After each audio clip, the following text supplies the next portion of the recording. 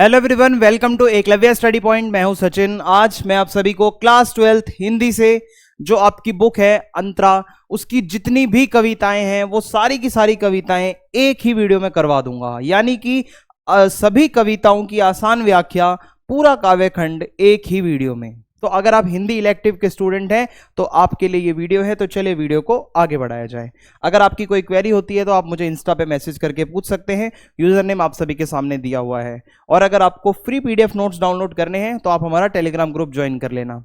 तो सबसे पहले मैं आपको बता दूं, जो हमारी पहली कविता है वो है देवसेना का गीत। तो देवसेना का गीत कविता की आसान व्याख्या आपको बता दूंगा, और जितनी भी आपके बोर्ड एग्जाम में जो सिलेबस में है कविताएं, वो सारी की सारी कविताएं एक ही वीडियो में आज आपकी कवर हो जाएंगी। इसके अलावा आपको कुछ एक्स्ट्रा करने की जरूरत नहीं पड़ेगी।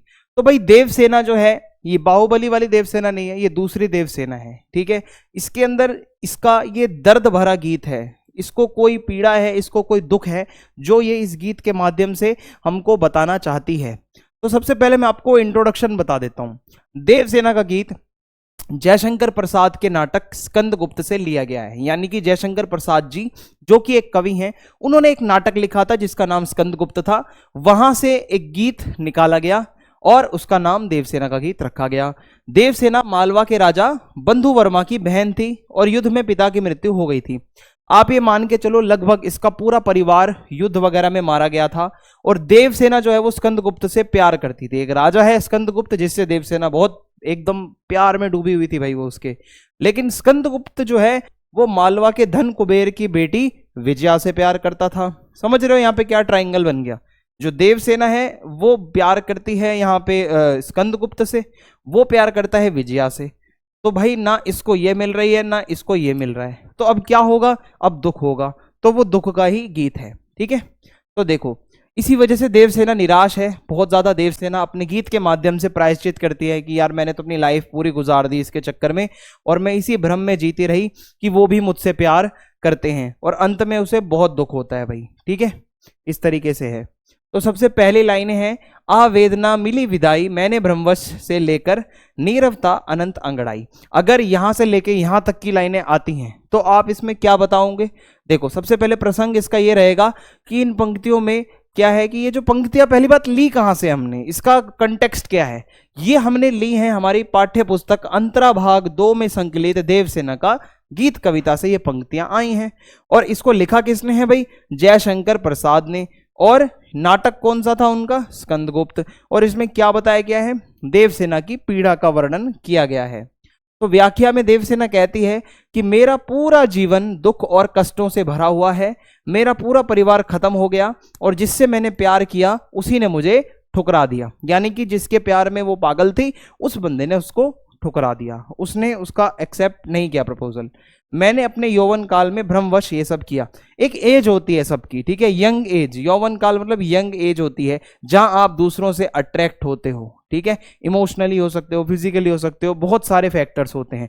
तो वहां पे आप कभी कभी ऐसा फील करोगे लाइफ में आगे बढ़ के कि मैंने अपने उस एज में कुछ गलतियां करी थी जो मुझे नहीं करनी चाहिए थी। ठीक है, फिर देवसेना उस समय की नादानियों पर पछतावा करती है। क्या मतलब ऐसा सच में होता है कि एक टाइम आता है जब आप थोड़े बड़े हो जाते हो, आपको लगता है यार कुछ टाइम पहले मैं जिसके प्यार में पागल था वो मेरी नादानियां थी, ऐसा मुझे नहीं करना चाहिए था। तो वो कहती है उसके दुख से दुखी होकर यह शाम भी आंसू बहा रही है। यानी कि धीरे धीरे दिन ढल रहा है और वो इतनी दुखी है देवसेना, उसको लगता है कि अब मेरे दुख से ये शाम भी दुखी है। यानी कि जीवन में वो दुखों से लड़ लड़कर थक चुकी है। वह कहती है उसकी पूरी जीवन यात्रा में सिर्फ उसका अकेलापन और उसके आंसू ही उसके साथ रहे। यानी कि मेरे जीवन में कोई मेरे साथ नहीं था, बस मेरे आंसू ही मेरे साथ रहे हैं और बहुत ज्यादा अकेलापन है। अगली लाइनें हैं, श्रमित स्वप्न से लेकर तूने खो दी सकल कमाई। तो ये वाला काव्यांश अगर आपके एग्जाम में आता है तो इसके अंदर देवसेना को इसमें अपने बीते पलों की याद आती है, फ्लैशबैक, थोड़ा सा पीछे जाती है वो सोचते सोचते, जब उसने अपने प्रेम को पाने के लिए अनेक प्रयत्न किए परंतु वह सफल नहीं हो पाई, है ना। प्रयत्न यानी कि एफर्ट्स। आप किसी को अगर पाना चाहते हो तो आपको एफर्ट्स भी देने पड़ते हैं। तो देवसेना ने भी एफर्ट्स किए, परंतु उसको जो चाहिए था वो नहीं मिला। आज वही प्रेमी प्रेम निवेदन कर रहा है। अब एक ऐसा टाइम आ चुका है जब जीवन यात्रा में वो इस लेवल पर पहुंच चुकी है कि अब वो यंग नहीं रही, और अब अगर उसका प्रेमी आकर प्रेम निवेदन करे तो इसका तो कोई सेंस बनता नहीं है। तो भाई जीवन के दुखों से दुखी होकर देवसेना को ये जो प्रेम निवेदन है ये बिल्कुल पसंद नहीं आया कि भाई ये कोई टाइम थोड़ी है, जब टाइम था जब आपने एक्सेप्ट नहीं किया और अब आप आते हो कि भाई हम एक्सेप्ट करते हैं। तो वो खुद को दूसरों की नजरों से बचाए रखती थी, ठीक है। वो सिर्फ और सिर्फ स्कंदगुप्त से प्यार करती थी, इसके अलावा उसने किसी की तरफ नहीं देखा उस नजरों से। और वो अपनी आशाओं को बावली कहती। आशाएं, एक्सपेक्टेशंस, किसी से भी एक्सपेक्टेशन रखोगे तो आपको क्या मिलेगा बदले में? केवल और केवल दुख। तो ऐसे में वो कहती है मेरी आशाएं जो है वो बावली थी, जो मैं इतना सोचती थी। जब मुझे स्कंदगुप्त की जरूरत थी तब उसने मुझे इनकार कर दिया, तब उसने मुझे रिजेक्ट कर दिया। आज वो वापस आता है मेरे पास तो मैं कैसे उसको एक्सेप्ट करूं? तो अगर अब मैंने उसके प्रेम निवेदन को मान लिया तो मैं अपने जीवन की तपस्या रूपी कमाई को खो दूंगी। जो मैं तपस्या कर रही हूं वो तपस्या मेरी भंग हो जाएगी। चढ़कर मेरे जीवन रथ पर प्रलय चल रहा से लेकर इससे मन की लाज गवाई। तो अब ये वाली लाइनें अगर आपके पेपर में आती हैं तो इसमें जो है देवसेना बताती है कि जीवन में इतनी प्रलय आई, इतने दुख आए, पूरा परिवार मारा गया, लेकिन उसने हार कभी नहीं मानी। उसका संघर्ष हमेशा जारी रहा।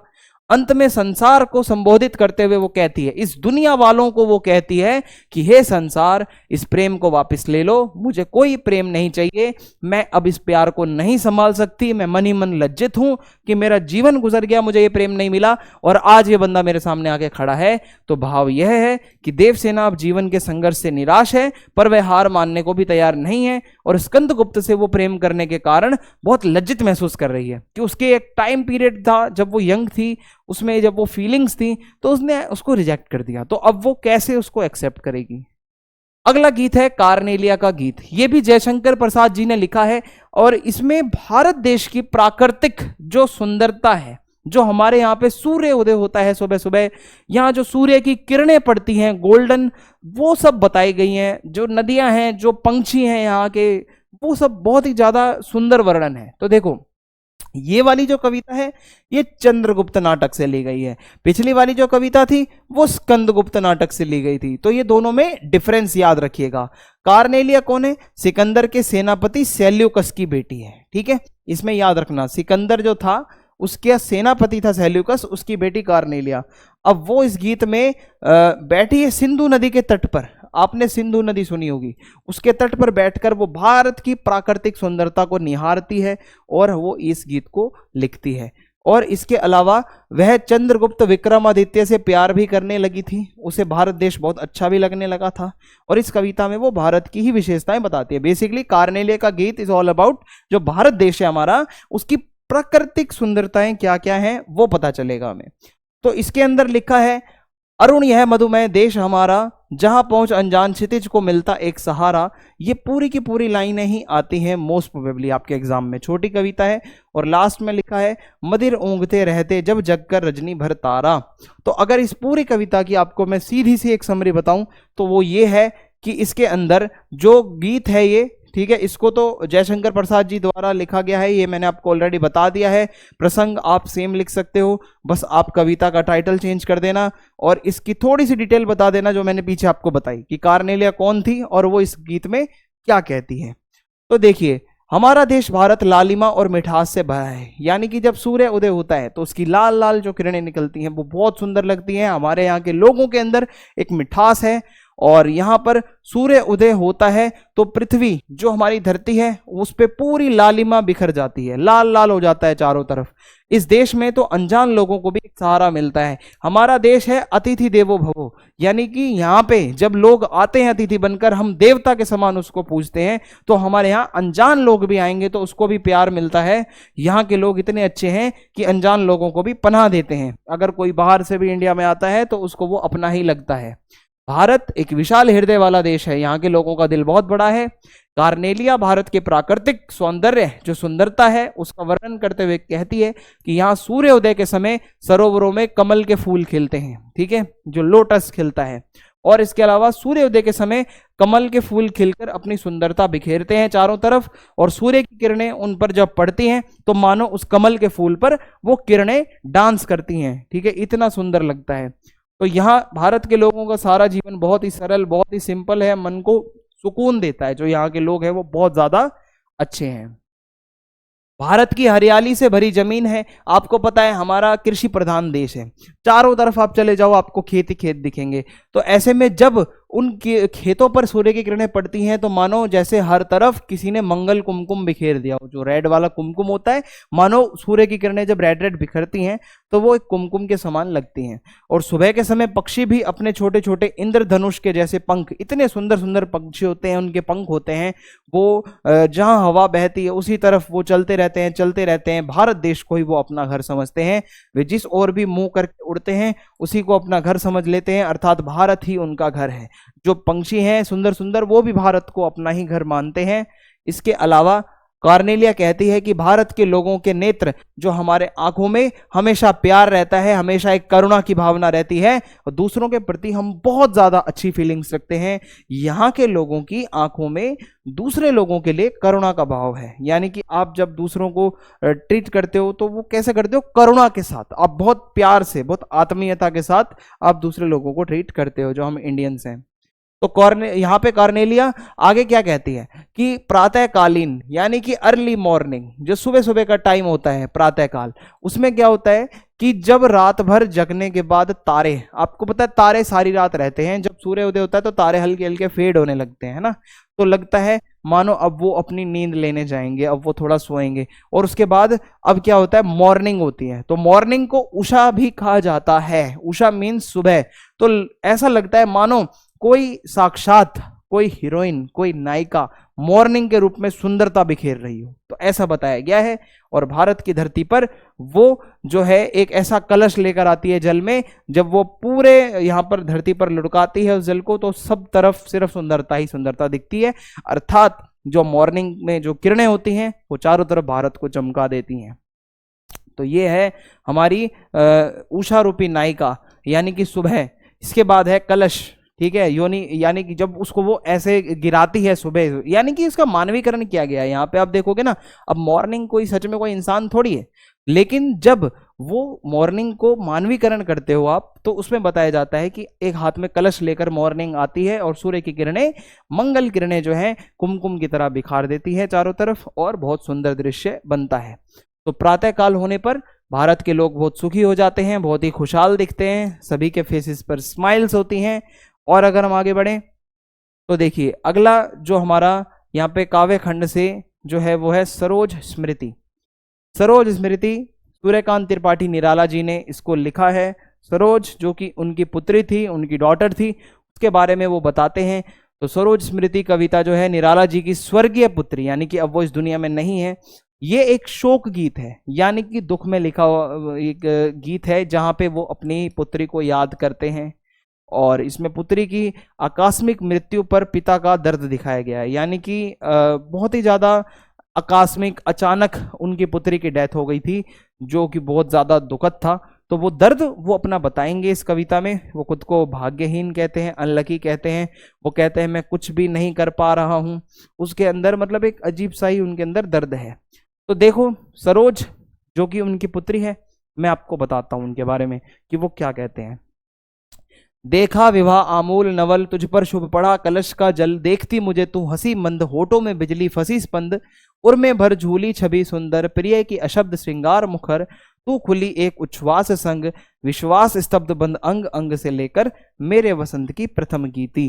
तो अब इस काव्यांश में इनके कहने का क्या तात्पर्य है, देखो संदर्भ में कवि और कविता का नाम लिख देना, सूर्यकांत त्रिपाठी और सरोज स्मृति।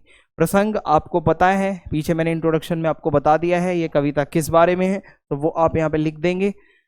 फिर है व्याख्या। तो कवि निराला सूर्यकांत त्रिपाठी जी अपनी पुत्री सरोज को संबोधित करते हुए कहते हैं कि हे मेरी पुत्री, मेरी बेटी, मैंने तेरा विवाह देखा, तब तो पूरी तरीके से नया रूप धारण किए हुए थी। यानी कि जब सरोज जी की शादी हो रही थी उस टाइम की बात यहाँ पे बताई जा रही है।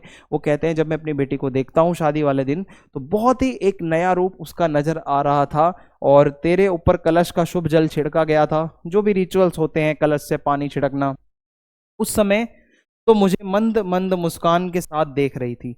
यानी कि जो उनकी बेटी है वो बहुत मंद मंद मुस्कान लिए जो है उनको देखती है अपने पिता को।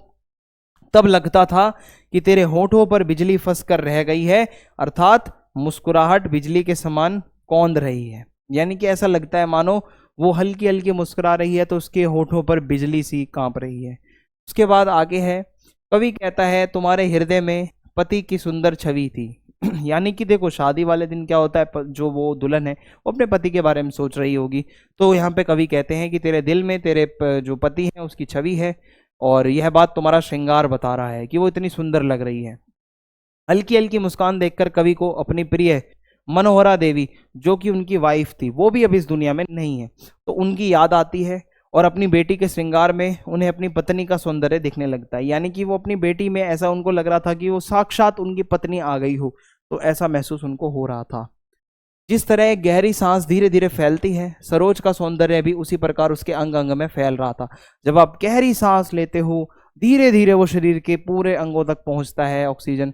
इसी प्रकार जो सरोज का सौंदर्य है, जो सरोज की सुंदरता है, वो भी उसके अंग में धीरे धीरे पहुंच रही थी। तो कवि कहता है कि विवाह की लज्जा के कारण, जो एक शादी के टाइम पे जो शर्म होती है, जो हेजिटेशन होती है, उसके कारण उसकी आंखों में एक चमक थी, और ये चमक उसकी होठों पर भी दिख रही थी, और होठों पर एक कंपन भी था। यानी कि वो बहुत ज्यादा नर्वस भी फील कर रही थी क्योंकि भाई शादी हो रही है। कवि कहते हैं सरोज को एक मूर्ति के समान बताते हुए कि उसे देखकर सूर्यकांत त्रिपाठी निराला जी को अपने जीवन की पहली वसंत गीत याद आ गई। जब पहली बार उन्होंने वसंत के समय गीत गाया था इतना सुंदर, वो टाइम उनको याद आ गया, और वसंत का पहला गीत उन्होंने अपनी पत्नी मनोहरा देवी के साथ गाया था। मैंने बताया ना, उनको अपनी वाइफ की याद आ रही है यहाँ पे, बार बार उनको वो श्रृंगार में देखकर अपनी वाइफ की याद आ रही है। फिर उसके बाद अगली लाइन है, श्रृंगार रहा जो निराकार, रस कविता में उच्छ्वासित धार, गया स्वर्गीय प्रिया संग, भरता प्राणों में राग रंग। यहां से लेकर नव जीवन के स्वर पर उतरा। अब अगर ये पूरा का पूरा काव्यांश अगर आपसे पूछा जाता है तो आप उसमें क्या बताएंगे? देखो, संदर्भ वगैरह और प्रसंग वगैरह में ज्यादा डिफरेंस होता नहीं है, बस वही है कि जो आप पीछे लिख रहे हो वो आप डिट्टो लिख दोगे संदर्भ में, प्रसंग में थोड़ा सा चेंज कर देना। यहाँ पे मृत्यु जब हो जाती है सरोज की, तो उस टाइम पे जो आकस्मिक मृत्यु हुई है उसमें उसका दर्द छलकता है कवि का। तो कवि कहता है कि उसने अपनी कविताओं में सुंदरता के भाव को अभिव्यक्त किया था, और जो भाव कविताओं में रस बनकर बहता था वह विवाह के दिन सरोज में दिख रहा था। कवि अपनी कविताओं में रस देखता है कि जो कविता में कितना अच्छा लगा आपको, कितना रस आया, तो वही कविताओं का उसका रस उसको अपनी बेटी में नजर आ रहा था। और उसकी जो बेटी सरोज है उसका श्रृंगार ऐसा लग रहा है मानो कि वह श्रृंगार गीत है जो उन्होंने अपनी स्वर्गीय पत्नी के साथ गाया था। यानी कि बार बार कहीं ना कहीं उनकी पत्नी की भी याद उनको आ रही है, और यह गीत कवि के राग रंग में उत्साह भरता था। जब जब वो गीत गाते थे अपनी पत्नी के साथ तो उनको एक एक्साइटमेंट आ जाती थी।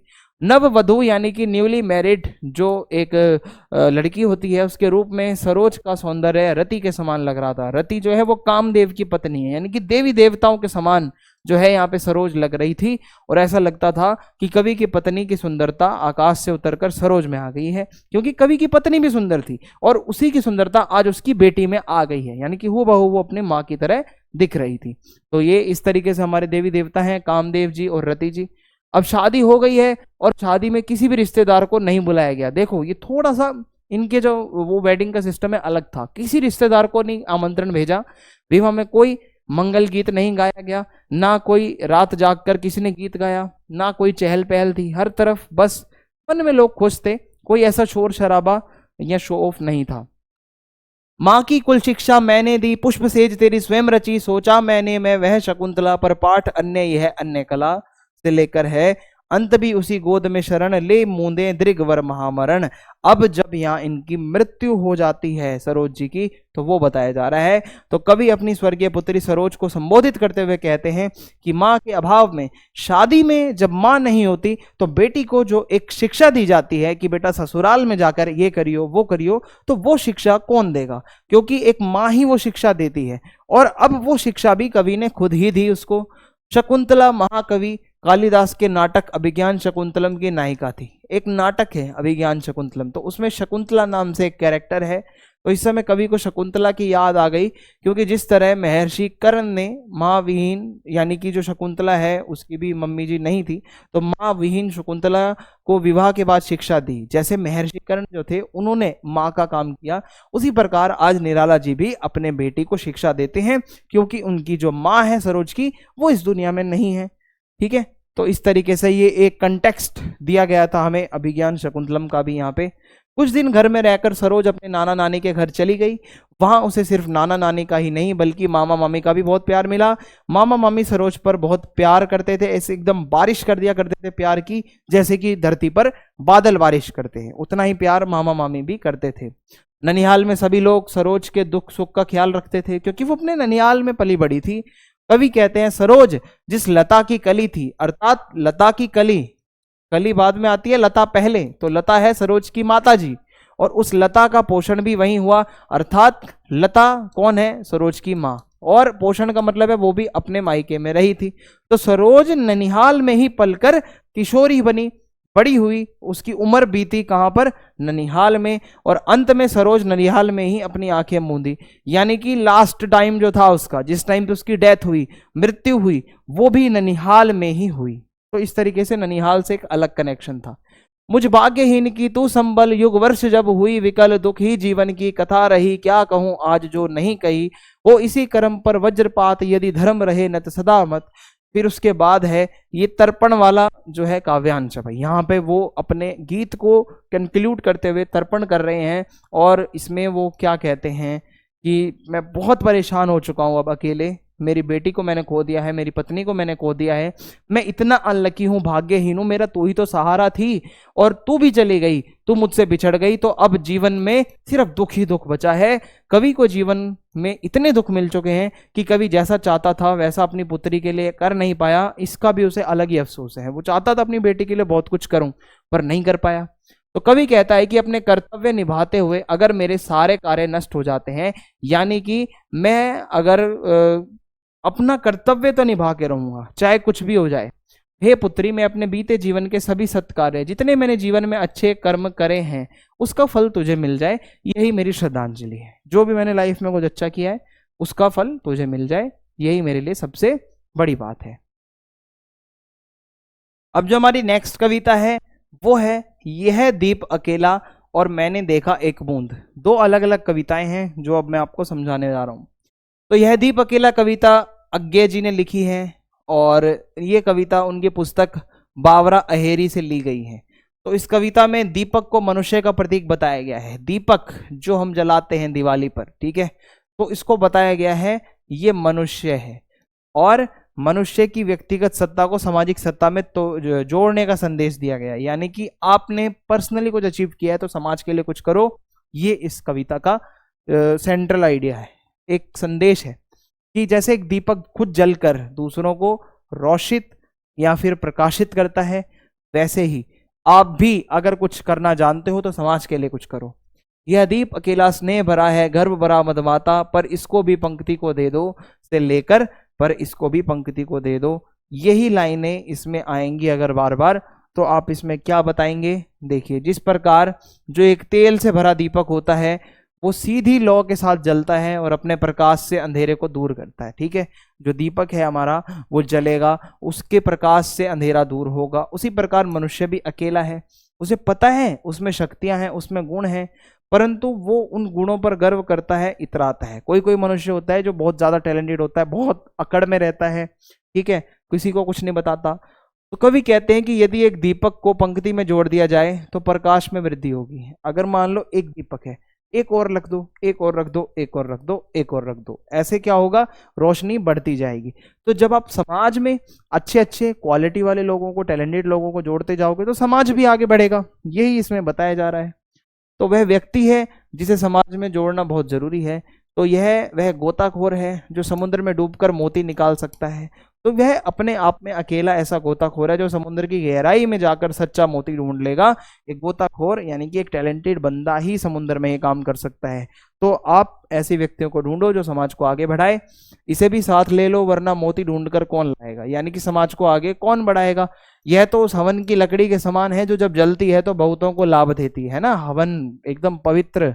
तो ऐसी अग्नि कोई हटीला ही सुलगाएगा, यानी कि जिसमें टैलेंट होगा। इसलिए इसे समाज का विकास होगा अगर आप ऐसे व्यक्तियों को समाज से जोड़ते हो। यह मधु है स्वयं काल की मौना का युग, संचय से लेकर है गर्भ भरा मदमाता, पर इसको भी पंक्ति को दे दो। फिर यहाँ पे कुछ और क्वालिटीज बताई गई हैं, जैसे शहद धीरे धीरे बनता है, इसे बनने में बहुत समय लगता है और समय की टोकरी में यह धीरे धीरे इकट्ठा होता है।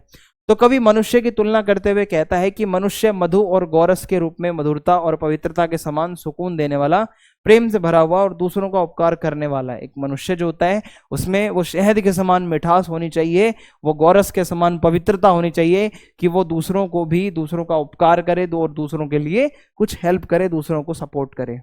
और यह मनुष्य अंकुर की तरह स्वयं पैदा होकर विशाल सूरज को भी बिना डरे ताकता है।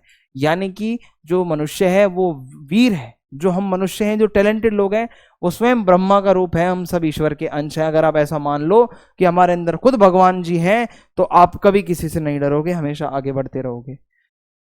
यह वह विश्वास नहीं जो अपनी लघुता में भी कांपा, वह पीड़ा जिसकी गहराई को स्वयं उसी में नापा, से लेकर है गर्भ भरा मदमाता, पर इसको भी पंक्ति को दे दो। अब इसके अंदर क्या बताया जा रहा है, आइए देखते हैं। तो इन पंक्तियों में भी दीप की तुलना मनुष्य से की गई है और उस व्यक्ति से जो परोपकारी है, जो दूसरों का भला करता है और वह अपने लघु स्वरूप से डरता नहीं है। जिस प्रकार दीपक आग को धारण किए रहता है, एक दीपक छोटा सा होता है पर वो अपने अंदर आग धारण करे रहता है, उसी प्रकार मनुष्य छोटा बड़ा नहीं होता, आपके अंदर वो आग होनी चाहिए। और जैसे दीपक खुद को जलाता है उसके बावजूद वह जलता रहता है और दूसरों को प्रकाश देता है और जागरूक रहता है। तो ऐसा मनुष्य जिसमें स्नेह है, जो प्यार करता है लोगों से, जो ज्ञानी है, वह भी एक दीप की तरह जलता है। और जो जब ऐसा व्यक्ति सब समाज से जुड़ता है तो समाज का भी विकास होता है, समाज भी आगे बढ़ता है। इस कविता में अज्ञेय जी ने समुद्र से अलग होती एक बूंद की क्षण भंगुरता की व्याख्या की है। अब यहाँ पे मैंने देखा एक बूंद कविता की व्याख्या मैं आपको करवा रहा हूँ। एक समुद्र से जब बूंद उछलती है, अलग होती है, वापस आके समुद्र में मिलती है, तो इसका क्या मतलब होता है। तो इसमें हमें एक क्षण का महत्व बताया गया है कि वो एक क्षण, वो बूंद जब समुद्र से अलग होती है, उसमें सूर्य की किरणें पड़ती हैं, वो बूंद चमक उठती है और वापस कुछ समय वो जीकर वापस समुद्र में मिल जाती है। इसमें यह बताया जाता है कि आप सभी क्षण भंगुर हो, आप थोड़े समय के लिए इस दुनिया में आए हो। तो इसमें भी क्या है, अज्ञेय जी ने ही इसको लिखा है, तो समझते हैं। मैंने देखा एक बूंद सहसा उछली सागर के झाग से, यहां से लेकर है उन्मोचन नश्वरता के दाग से। तो देखते हैं अज्ञेय जी ने यहाँ पे क्या कहा है। तो इस कविता को हमारी पाठ्य पुस्तक, देखो भाई ये सब आप लिख सकते हो, मैं सीधा आपको व्याख्या की तरफ लेके चलता हूँ। तो इसमें लाइनें क्या बताई जा रही हैं वो देखो। मनुष्य अपने क्षण भर के जीवन को भी बूंद की तरह सार्थकता प्रदान कर सकता है। हम सबका जीवन, जो हम मनुष्य हैं, वो है क्षण भर का जीवन। आप आए हो तो आपको जाना भी है, पर वो जो क्षण आपको मिला है, जो आपकी लाइफ है, आप उसको बहुत बड़ा बना सकते हो। ठीक है, हर क्षण का मूल्य समझो। और बूंद का उदाहरण देते हुए कवि बताता है कि एक क्षण भी मनुष्य के जीवन को बदल सकता है। यानी कि आप एक क्षण को भी समझो अगर इंपॉर्टेंट, तो आप बहुत कुछ चेंज कर सकते हो। कवि कहता है कि एक बूंद का सागर से अलग होने का अर्थ है कि अब उसका नष्ट होना तय है। अगर समुद्र से बूंद उछली तो वो नष्ट होकर वापस समुद्र में मिलेगी। सिमिलरली एक इंसान का जन्म हुआ है तो उसका मरना भी तय है, ऐसा नहीं है कि वो कभी नष्ट नहीं होगा। सागर की तुलना ब्रह्म से की गई है। जो ये समुद्र है ये खुद ईश्वर है और ये जो उसमें बूंदें हैं सारी, वो हम सब हैं, हम सब मनुष्य हैं। हम इस समुद्र से मीन्स भगवान से अलग होते हैं, कुछ समय जीने आते हैं, फिर मर के वापस इसी समुद्र में मिल जाते हैं। कितना सिंपल सा है, ये इसमें बताया जा रहा है। अगली कविता है बनारस और दिशा। बनारस कविता की तरफ मैं आपको लेके चलूंगा। तो देखो इस कविता में प्राचीन शहर बनारस, जिसको वाराणसी कहा जाता है, उसकी सांस्कृतिक विशेषताएं बताई गई हैं। गंगा घाट और मंदिर, भिखारी वहां के, और वहां के लोग, पुजारी, सब कुछ इसमें डिस्कस किया गया है। तो आइए मैं आपको लेके चलता हूं बनारस कविता के अंदर, जो कि बहुत सुंदर कविता है हमारे प्राचीन शहर वाराणसी की। इस शहर में वसंत से लेकर निचाट खालीपन, ये लाइनें हैं। इसमें हमारी पाठ्य पुस्तक, देखो वो लाइनें आप लिख सकते हो, और इसमें प्राचीन शहर बनारस का वर्णन किया गया है। जो इंट्रो आपको बताया था वो आप इसमें लिख देना। तो कवि कहता है कि बनारस में वसंत का आगमन अचानक से होता है, यानी कि जब वसंत आता है बनारस में वो एकदम से आता है, अचानक से। और इसके अलावा वो कवि कहता है मैंने देखा है यहाँ जब वसंत आता है तो बनारस के लहर तारा और मडुवाडीही, वहां से जो दो मोहल्ले हैं, दो जगहें हैं वहां पे, लहर तारा और मडुवाडीही, जब वसंत आता है तो वहां पर आंधी चलती है, धूल भरी आंधी उठती है, तो उससे आइडिया लगता है वसंत आ रहा है। उस समय इस महान पुराने शहर के हर भाग में धूल नजर आती है, यानी कि चारों तरफ धूल धूल और ऐसे बवंडर सा। इसी कारण मुंह में धूल की किरकिरी होने लगती है ना, मुंह में वो ऐसे अजीब से छोटे छोटे कंकड़ से आते हैं। इस प्रकार धूल का बवंडर उठने के साथ ही यहाँ वसंत का आगमन हो जाता है। ठीक है, इस तरीके से है। जब वसंत आता है तो पेड़ों पर नए पत्ते भी आते हैं, और वसंत के आने पर एक घाट है वहां पर, दशाश्वमेध घाट, वहां पर चहल पहल बढ़ जाती है। जब वसंत आता है बहुत ज्यादा लोग वहां पे आने जाने लगते हैं। और यहाँ घाट का आखिरी पत्थर भी मुलायम होने का मतलब है कि ऐसे वातावरण में कठोर हृदय वाला व्यक्ति भी कोमल हृदय वाला हो जाता है। आप कभी अगर बनारस आते हो वसंत के समय, तो आपका दिल कितना भी कठोर हो, आप यहाँ पे आकर आपका दिल जो है वो सॉफ्ट हो जाएगा। कवि कहता है सीढ़ियों पर बैठे बंदरों की आंखों में डर नहीं है और वे बिना किसी चिंता के वहां बैठे हैं। तो वहां पे चारों तरफ जीव जंतु, बंदर वगैरह भी बैठे होते हैं, जो इस इंतजार में है लोग वहां आएंगे, कुछ केले वेले उनको खिलाएंगे। तो इससे पता चलता है वहां के लोगों में प्यार है, अपनेपन की भावना है, बंदरों में भी और मनुष्यों में भी। ठीक है, चाहे जीव जंतु हो चाहे वो हो। तुमने कभी से लेकर धीरे धीरे होती है, ये लाइनें अगर आपके में आती हैं तो इसमें आप क्या बताओगे वो मैं आपको समझा देता हूं। तो देखो, आप यहाँ देखो ये कितने प्राचीन लग रहे हैं, बहुत पुराने बाबा जी लग रहे हैं। तो इनके बारे में यहाँ पे बताया जाता है वसंत के आते ही जो भिखारी हैं उनके कटोरों का खालीपन खत्म हो जाता है। जो भिखारी इतने समय से खाली बैठे हैं, आज जब वसंत आएगा लोग आने लगेंगे तो उनके कटोरों में भी लोग पैसे डालेंगे, उनके कटोरों में सिक्के डालेंगे। और बनारस शहर के साथ एक आस्था है कि अगर अस्थियों को गंगा में बहा दिया जाए तो व्यक्ति को सीधा मोक्ष की प्राप्ति होती है, आत्मा को शांति मिलती है। तो सभी लोग चाहते हैं कि हमारा अंत बनारस में हो, और सभी लोग शवों को अपने कंधों पर लेकर गलियों से गंगा की तरफ आते हैं, गंगा मैया की तरफ जाते हैं। बनारस एक प्राचीन शहर है, और यह शहर भागता दौड़ता शहर नहीं है, बल्कि धीरे धीरे यहाँ पे सब धीरे धीरे चलता है। यहाँ एकदम से आप जो बनारस है वो मॉडर्न नहीं हो जाता। यहाँ पे लोग अपनी संस्कृति, अपनी रूट से जुड़े हुए हैं। यहाँ के निवासियों की पर्सनैलिटी बहुत ठहराव वाली है, एकदम से लोग मॉडर्न नहीं हो गए हैं। आज भी बनारस के लोग पुराने विचार रखते हैं। यह धीरे धीरे से लेकर सैकड़ों बरस से, तो इसमें क्या है, इन पंक्तियों में भी वही सब बताया गया है, सांस्कृतिक विशेषताएं। क्या है धीरे धीरे का मतलब, थोड़ा और अच्छे से समझते हैं। धीरे धीरे सभी कार्यों को करने की उनकी इस विशेषता ने सारे समाज को एकता के सूत्र में बांधा हुआ है। अगर आप अपने रूट से जुड़े रहोगे तो भाई समाज में एकता तो रहेगी। घाट पर बंधी नाव हो, यानी कि जो वहां जितने भी घाट हैं वहां पे नाव बंदी रहती है, या फिर तुलसीदास की चरण पादुकाएं वो वहीं पर पड़ी हैं। सैकड़ों बरस से लोग आज भी गंगा जी में आते हैं, गंगा जी भी सैकड़ों सालों से वहीं हैं। तो ये सब बातें बताकर कवि ये बताना चाहता है कि यहाँ की जो परंपराएं हैं वो सैकड़ों वर्षों से वैसी ही हैं। बनारस चाहे कितना भी मॉडर्न होता रहे, पर लोगों में जो वो सांस्कृतिक, जो एक अपने कल्चर के प्रति जो प्यार है, वो जो एक उनके रिचुअल्स हैं, वो कभी नहीं भूलते। कभी सही से लेकर आधा नहीं है। तो इनमें बनारस की सांस्कृतिक विशेषताओं को ही और ज्यादा आगे बताया गया है। तो देखते हैं, इन पंक्तियों में कवि शाम के समय में बनारस शहर की सुंदरता बताता है। जब अब जो है आपका दिन ढलेगा, शाम होगी, तो कवि बताता है अगर शाम के समय ध्यान से बनारस शहर को आप देखो तो मंदिर और घाटों पर आरती होती है, और उसकी चमक चारों तरफ आपको दिखाई देगी जो वो आरती होगी। और बनारस शहर जल, मंत्र और फूल में भगवान की आरती करते हुए श्रद्धा में डूब जाता है। जब मंत्र उच्चारण होता है और चारों तरफ गंगा नदी और वहां पर फूल ही फूल बरसाए जाते हैं, तो बहुत सुंदर वातावरण लगता है। जो है वह खड़ा है से लेकर बिल्कुल बेखबर। तो इसके अंदर क्या बताया गया है, आइए देखते हैं। तो इन पंक्तियों में क्या है, कवि ने बनारस की आस्था के बारे में और अच्छे से बताया है। बनारस बिना किसी खंबे के सदियों से खड़ा है, यानी कि वहां पे यज्ञ और पूजा होती है तो आग का स्तंभ है, गंगा नदी है तो पानी का स्तंभ है, आरती होती है तो धुएं का स्तंभ है, अगरबत्तियां जलती हैं तो खुशबू के स्तंभ हैं, और भक्तगण आते हैं तो आदमियों के उठे हुए हाथों के स्तंभ हैं। तो इस तरीके से आप मान के चलो कि जो बनारस है उसको किसी स्तंभ की जरूरत नहीं है, ये सारी चीजें ही उसका स्तंभ है। ठीक है, आगे बढ़ते हैं। बनारस के लोग सैकड़ों सालों से धर्म कर्म में लगे हुए हैं, सालों से पूजा पाठ करते हैं। यहाँ पे लोग अपने आप में अद्भुत हैं। बनारस ना तो पूरा आधुनिक है और ना ही बिल्कुल एकदम पुराना, वो दोनों का मिक्सअप लिए हुए हैं।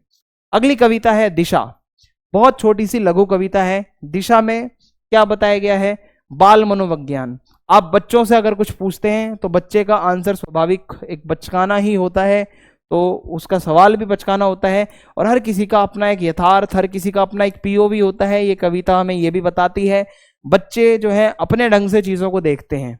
तो होता क्या है, देखो हिमालय किधर है, मैंने उस बच्चे से पूछा जो स्कूल के बाहर पतंग उड़ा रहा था, उधर उधर। उसने कहा जिधर उसकी पतंग भागी जा रही है। मैं स्वीकार करूं मैंने पहली बार जाना हिमालय किधर है। तो इसमें केदारनाथ सिंह जी जो है अपनी कविता में कहते हैं बच्चे को कि बच्चे बताओ हिमालय किधर है। वो कहता है देखो उधर जहां मेरी पतंग जा रही है। तो एक बच्चा स्कूल के बाहर पतंग उड़ा रहा था, कवि ने उससे पूछा भाई हिमालय किधर है। बच्चे ने बोला जहां मेरी पतंग है उसी दिशा की ओर इशारा करते वो कह देता है कि भाई वहीं पे जो है हिमालय है।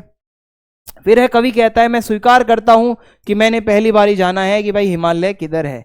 कवि के कहने का तात्पर्य था कि यह कि उस समय उसने पहली बार अनुभव किया कि हर व्यक्ति का अपना एक पीओवी होता है। वो बच्चा है बेशक, पर उसका भी एक पीओवी है। बच्चे भी दुनिया की हर चीज को अपने नजरिए से देखते हैं। तो इस चीज को कवि ने एक्सेप्ट किया। अगला जो है टॉपिक, अगली कविता वो है वसंत। तो वसंत आया कविता के बारे में समझते हैं कि वसंत किस प्रकार आता है और कवि ने इस बारे में हमें क्या बताया है। तो वसंत आया कविता में बताया गया है कि आज के वातावरण में मनुष्य का प्रकृति के साथ रिश्ता टूट चुका है, यानी कि मनुष्य अब प्रकृति से उतना ज्यादा जुड़ा हुआ नहीं है जितना हम प्रकृति से पहले जुड़े हुए थे। और अब हमें वसंत ऋतु के आने का बिल्कुल भी अनुभव नहीं होता, बल्कि हम सिर्फ कैलेंडर से ही देख के बता पाते हैं कि भाई वसंत आया है या फिर वसंत नहीं आया। तो वसंत ऋतु से पहले पत्ते झड़ते हैं और खुशबूदार हवा चलती है। कवि ने आज की आधुनिक जीवन शैली का वर्णन किया है कि आज के लोगों को पता ही नहीं है कि भाई वसंत आता कैसे है। तो जैसे बहन यहां से लेकर लाइनें हैं वसंत आया, अगर ये आता है तो आप बताओगे, ये तो आप पहले प्रसंग लिख लोगे, ठीक है, बहुत बेसिक सा है।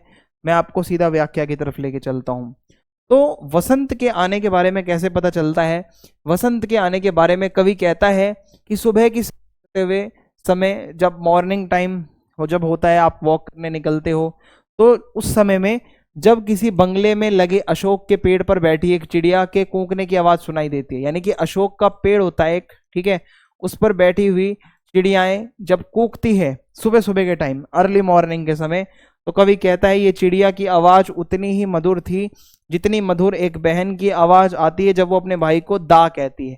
यानी कि एक भाई को जब एक बहन बुलाती है प्यार से दा कहकर, वैसे ही वो चिड़ियाएं जो हैं वो सुबह सुबह के समय कूक रही है।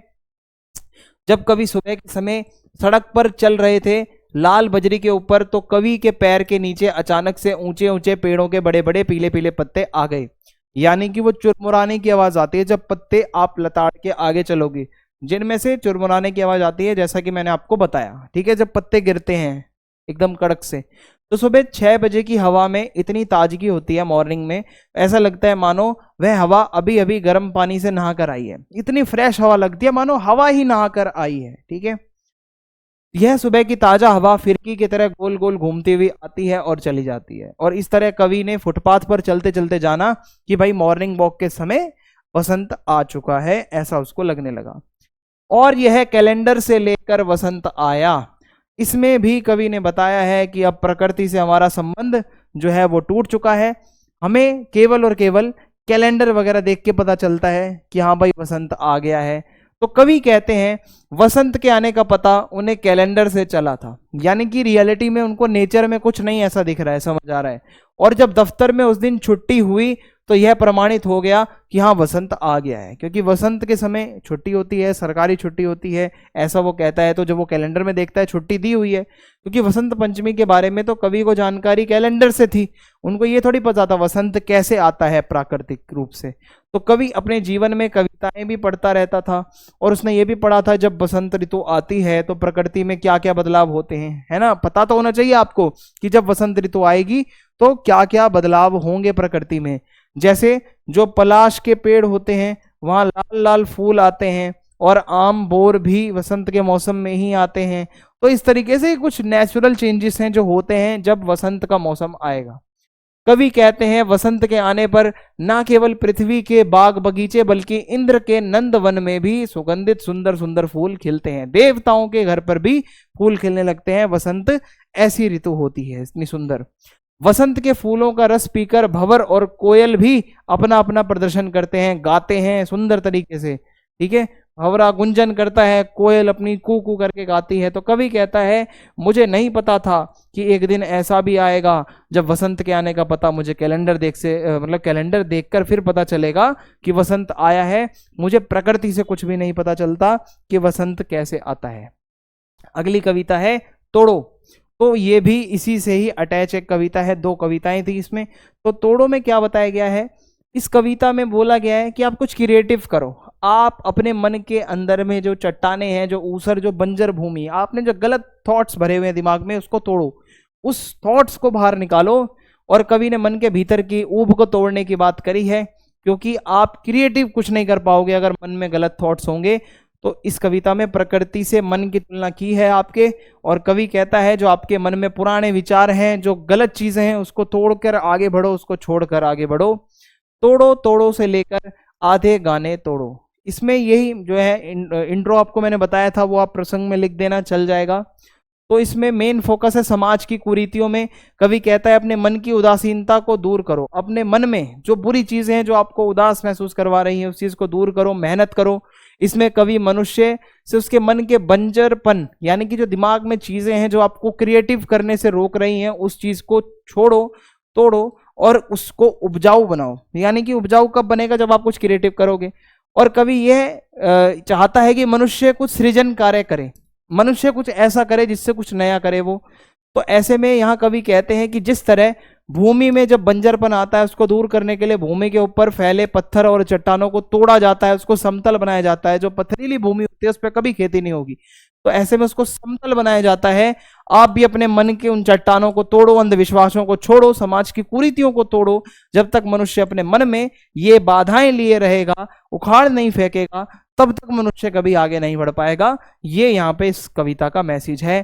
तोड़ो ये ऊसर बंजर से लेकर गोड़ो गोड़ो, यानी कि आप अपने मन की जो बंजर भूमियां हैं, जो ऊसर चीजें हैं, उसको तोड़ो। फिर से यहाँ कवि कहते हैं कि यह सभी चट्टाने और पत्थर जो बंजर बना रहे हैं आपके दिमाग को, उनको तोड़ो, तभी आपके दिमाग में कुछ उपजाऊपन आएगा, आप कुछ कर पाओगे। चरती तथा परती भूमि को उपजाऊ बनाओ, ठीक है, उस पर आप खेती करो। लेकिन मनुष्य अपने मन की उदासीनता को खत्म नहीं कर पाएगा, तब तक वो कुछ क्रिएटिव कैसे करेगा। आपके मन में ही अगर चीजें बसी हुई हैं, गलत चीजें, तो आप कैसे आगे बढ़ोगे। तो कवि कहता है जब मिट्टी में रस होगा, यानी कि जब उपजाऊपन होगा, तभी तो वह उस बीज को पोसेगी, पालेगी, पोसेगी, जैसे भी समझ लो। वो बीज कैसे भाई उगेगा, जब उसमें रस होगा मिट्टी में, और ये बीज आगे चलकर फसल बनेगा। तो आपके मन में जो बीज है वो बीज तो हो पहले, उसमें अगर आप बंजरपन रखोगे दिमाग में तो कैसे काम चलेगा। तो मनुष्य के मन में ये बाधाएं, ये रूढ़ियां, पुराने विचार दूर नहीं होंगे, तब तक मनुष्य कुछ क्रिएटिव कर ही नहीं पाएगा। ऐसा इसमें बताया गया था, ठीक है। तो अब हम चलेंगे अपनी प्राचीन कविताओं की तरफ। अब जो हमारा काव्य खंड से अगला पार्ट है वो है भरत राम का प्रेम। तो भरत राम का प्रेम जो है उसको समझने की कोशिश करते हैं और आगे बढ़ते हैं। इंट्रोडक्शन कुछ इस तरीके से है कि भरत राम का प्रेम रामचरितमानस के अयोध्या कांड से लिया गया है, ठीक है। रामचरितमानस जी का नाम आप सभी ने सुना होगा, वहां से हमने जो अयोध्या कांड होता है उसमें से ही एक छोटा सा अंश है। तो इस अंश में राम जी जब वन गमन के लिए जाते हैं, वनवास के लिए, तो भरत जी जो है उनके भाई, उनके भ्राता, उनकी मनोदशा क्या होती है वो बताया गया है। तो भरत जी का राम के प्रति जो एक प्रेम भाव है वो बताया गया है। वो अपने भ्राता से, बड़े भाई से कितना प्यार करते हैं। तो राम के वन गमन से अन्य माताएं, जो उनकी माताएं थी, वो भी बहुत ज्यादा दुखी हैं। अयोध्या के नगरवासी भी बहुत ज्यादा दुखी हैं। तो आइए देखते हैं। पुलकी शरीर सभा भय ठाढ़े से लेकर दर्शन त्रिपति ना अजू लगी प्रेम प्यासे नैन। अगर ये वाला काव्यांश पूरा का पूरा आप देख लीजिए, अगर आपके पेपर में आता है तो सबसे पहले आप इसमें बताओगे कि चित्रकूट में एक जगह है जो चित्रकूट, वहां पर मुनि वशिष्ठ जो हैं वो अपनी बात कहकर आगे भरत जी को कहते हैं कि तुम अपने मन की बात कह दो, संकोच मत करो, जो कहना चाहते हो सभा में सबके सामने कह दो जो आपके मन में है। इसके बाद भरत जी सभा में राम के सामने खड़े होते हैं और भरत इतने भावुक हो गए कि वो रोने लगते हैं। उनको इतना इमोशनल फील हो रहा है उस टाइम पे कि जो कुछ मैं कह सकता था वह सब मुनिनाथ जी आपने कह दिया, इससे ज्यादा मैं क्या करूं। मैं तो अपने स्वामी राम का स्वभाव जानता हूं, मैं उनका बिहेवियर जानता हूं। वो दुश्मन पर भी गुस्सा नहीं करते, वो अपराधी पर भी कभी क्रोध नहीं करते, वो इतने अच्छे हृदय के हैं। और मुझ पर तो उनकी इतनी विशेष कृपा रही है, प्यार रहा है, मैंने तो खेल में भी कभी उन्हें गुस्सा होते नहीं देखा। वो तो इतने ज्यादा अच्छे हैं कि वो खेल खेल में भी गुस्सा नहीं हुए कभी। बचपन में मैंने उनका साथ कभी नहीं छोड़ा, उन्होंने भी मेरा मन कभी नहीं तोड़ा। मेरे हारने पर भी मुझे जिता दिया करते थे वो। और मेरे प्यार के, जो मेरे प्रभु के प्यार के प्यासे नैन हैं, वो तड़प रहे हैं, उनका दर्शन चाहते हैं। मैं हमेशा उनका सेवक बनकर उनके साथ रहना चाहता हूं, मेरे भ्राता श्री राम के साथ। दूसरी लाइन है, विधि न सके हूं सही मोर दुलारा, नीच बीचु जननी मिस पारा से लेकर प्रपंचों की झूठ फुर जा नहीं मुनि रघुराहु। अब ये पूरी की पूरी लाइनें अगर आती हैं, अवधि है ये सारी की सारी, आप 2 मिनट में पहचान लोगे। अवधि में यही है आपका, और कुछ है नहीं पूरे सिलेबस में। तो व्याख्या है, यहां भरत कहते हैं कि मुझसे श्री राम इतना प्यार करते हैं कि विधाता को यह सहन नहीं हुआ और उन्होंने हमें दूर कर दिया। मेरे बीच दूरी आ गई, मेरे और मेरे प्रभु श्री राम के बीच में। और वो यह भी कहना आज मुझे शोभा नहीं देता, क्योंकि अपनी समझ से कौन साधु और पवित्र होता है, और जिसको पूरी दुनिया पवित्र माने असल में वह पवित्र नहीं होता। अगर मैं ये कहूं कि मैं सही हूं तो ये गलत है, मेरी वजह से ही ये सब हो रहा है। वो खुद को दोषी मान रहे हैं अब यहाँ पे कि मैं खुद को पवित्र नहीं कह सकता। भाई मेरी भी गलती होगी कुछ ना कुछ। माता नीच है और मैं सच्चा साधु हूं, ऐसा विचार हृदय में लाना ही करोड़ों दुराचारों के बराबर है। अब वो सीधा अपनी माता को भी तो नीच नहीं कह सकता कि मेरी माता की वजह से श्री राम जी को वन गमन के लिए भेजा गया है। वो अपने आप को भी दोषी मानता है। भरत कहते हैं कि क्या भला कोदों की काली बाली में अच्छा धान कभी फल सकता है? जैसी फैक्ट्री वैसा प्रोडक्ट। वो कहते हैं कि अगर मेरी माता में कमी है तो ऑब्वियसली मुझ में भी कमी है। मेरी माता गलत है तो मैं भी गलत हूं। क्या काली घोंगी उत्तम कोटि का मोती उत्पन्न कर सकती है? 2-3 एग्जाम्पल हैं कंपैरिजन कि क्या एक ऐसी चीज जिसकी मम्मी वैसी है, क्या बेटा उसका वैसा अच्छा हो सकता है? ऐसे कह रहे हैं वो खुद को। कहने का भाव है यदि माता कैकई नीच तो उसका बेटा अच्छा कैसे हो सकता है, वो खुद से पूछ रहे हैं। तो अब भरत खुद को दोषी मानते हैं और अपनी बात कहते हैं कि मैं सपने में भी किसी को दोष नहीं देना चाहूंगा, मेरी गलती है, मेरी किस्मत खराब है, मैं ही अभागा हूं, मेरी किस्मत खराब है। भूपति मरण प्रेम पनु राखी, जननी कुमति जगुतु सबु साखी। यहां से लेकर तासु तने तजी दुसहु दुख देव सहावई काही, ये लाइनें आती हैं।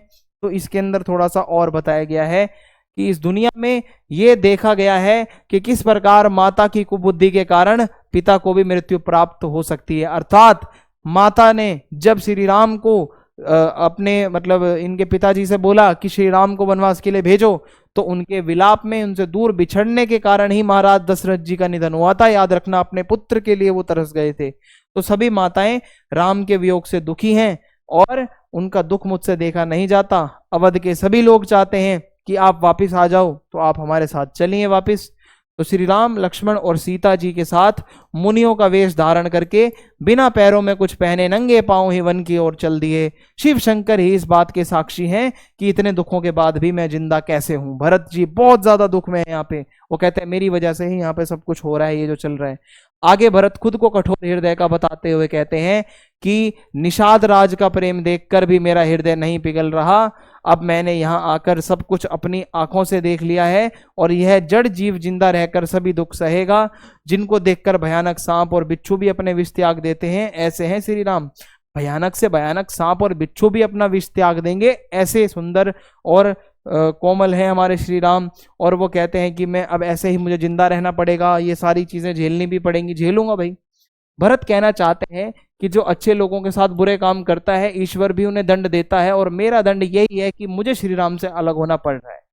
क्या कई श्री राम को अपना शत्रु मानने लगी थी और अपने बेटे को सत्ता दिलाना चाहती थी, और उन्होंने इसीलिए उनको वन गमन के लिए भेजा। ये रामायण में आप सभी ने देखा होगा। तो उसका दंड अब उसके बेटे को मिल रहा है जब श्री राम से वो अलग हो चुके हैं। ठीक है, तो जो भरत हैं वो अपने भ्राता श्री राम से जो प्यार करते थे, अब उनको दोनों भाइयों को अलग होना पड़ रहा है। तो उनकी माता ने जो किया था उसका दंड किसको मिल रहा है? भरत जी को मिल रहा है। अब यहाँ पे नेक्स्ट है तुलसीदास जी के पद। इसमें भगवान श्री राम की जो माता श्री हैं उनका दुख दर्द बताया गया है। तो आइए समझते हैं। तो देखिए, जब श्री राम छोटे थे तो उनके जो खिलौने थे, छोटी छोटी जूतियां थी, बाण धनुष थे, तो वो अब जब श्री राम चले गए हैं वनवास के लिए, तो जब माता उन सब चीजों को देखती है, अपनी आंखों से अपने हृदय से लगाती है, तो बहुत ज्यादा भावुक हो जाती है कि हे राम अब आप वापस आ जाओ, मुझे बहुत याद आ रही है आपकी। तो इसका इंट्रोडक्शन कुछ ये है कि यहाँ गीतावली से 2 पद लिए गए हैं। ठीक है, तुलसीदास जी के 2 पद हैं जो आपको देखने हैं। पहला पद जो होगा उसमें श्री राम जी के वन गमन के बाद जब श्री राम वनवास के लिए चले गए थे तो माता कौशल्या का क्या हाल था, उनकी जो वेदना, जो उनका दुख है वो बताया जाएगा। और दूसरे पद में माँ कौशल्या श्री राम के वियोग में उनसे अलग होकर बोलेगी कि श्री राम, जो तुम्हारे घोड़े हैं जो तुमने पाले थे वो भी दिन प्रतिदिन कमजोर होते जा रहे हैं, अयोध्या वापस लौट आओ, सभी अयोध्यावासी भी तुम्हारा इंतजार कर रहे हैं। तो सबसे पहला पद है यहाँ पे हमारा, जननी निरखती बान धनोइया, बार बार उर नैनई लावती, प्रभुजू की ललित पनैया। यहां से लेकर लास्ट लाइन आपकी आएगी, तुलसीदास वह समय कहे ते लागती प्रीति सीखी सी। अब इसके अंदर वो जब बालपन था, जब बचपन था, जब श्री राम जी सोए रहते थे, उनके दोस्त उनको बाहर बुलाने आते थे, तो वो कहते थे कि उठो लाला, बाहर तुम्हारे लोग, तुम्हारे दोस्त तुम्हें बुला रहे हैं। तो ऐसा उनको फ्लैशबैक आने लगता है क्योंकि श्री राम तो जा चुके हैं, अब बचपन की बातें याद आती हैं। तो माता कौशल्या श्री राम के खेलने वाले जो धनुष बाण हैं उनको देखती हैं बचपन के, और उनकी छोटी छोटी नन्ही जो जूतियां हैं उनको अपने हृदय से लगाती हैं, अपने आंखों से लगाती हैं, क्योंकि उनको वो बालक राम की याद आ रही है। तभी पहले की तरह सुबह सुबह जब वो जगाया करती थी माता कौशल्या श्री राम को, प्यारे प्यारे वचन कहकर जगाती थी, हे पुत्र उठ जाओ, तुम्हारे सुंदर सुंदर चेहरे पर तुम्हारी माता बलिहारी जाती है, तुम्हें किसी की नजर ना लगे, उठ जाओ, बाहर तुम्हें लोग बुला रहे हैं, तुम्हारे मित्र जो हैं वो दरवाजे पर खड़े हैं और तुम्हारी प्रतीक्षा कर रहे हैं, तो अपने मित्रों के पास जाओ और खेलो। और कभी माता कौशल्या कहती है कि भैया बहुत देर हो गई है, महाराज के पास जाओ, अपने पिताजी के पास जाओ और अपने साथियों को बुलाकर जो अच्छा लगे वैसा भोजन खाओ, ठीक है, जो आपका मन करे वो आप खाओ पियो। और अंत में जैसे ही उन्हें वन गमन की बात याद आती, अभी तक तो फ्लैशबैक चल रहा है सब कुछ, जब वो इमोशनल हो गई हैं, अब उनको जब रियलिटी पता चलती है कि असल में तो श्री राम यहाँ पर है ही नहीं, तो ऐसे में वो और ज्यादा दुखी हो जाती हैं और वो वहीं पे बैठ जाती हैं दुखी होकर।